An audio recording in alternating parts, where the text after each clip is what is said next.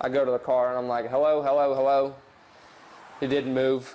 I kept pushing on him. I went to feel his pulse and I didn't feel anything. Carson Chapman jumped into action when two cars collided on Kentucky 237 right before Cougar Path. He says a wave of adrenaline rushed through him and he was able to pull the man out of the car onto the road. And that's when I was like, okay, I got to start doing CPR. So I went 30-2 ratios, 1, 2, 3, 4, and so forth. Carson says the man regained consciousness 2 minutes later. Then the sheriff showed up and he started moving around. He's like, hello, what happened? I'm like, you got in an accident.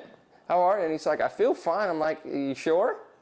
Because I mean, his leg, you could see it. Like it didn't look very good. He says he learned CPR to work as a lifeguard at his local YMCA, but never in a million years did he think he'd have to perform it. Carson adds he turned around because of his mom.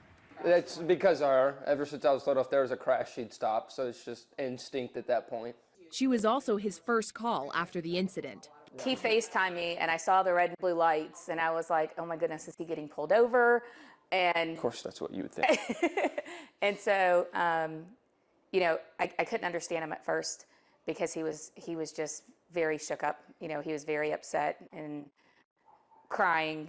Tammy says she's extremely proud of her son, but that she's not surprised he did the right thing. I've always said to my kids that their worth's not tied in their accolades, it's tied in their character.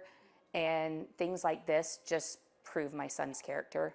It doesn't shock me that he did that. Both are reminding people to learn CPR, even though Carson says it doesn't make him a hero.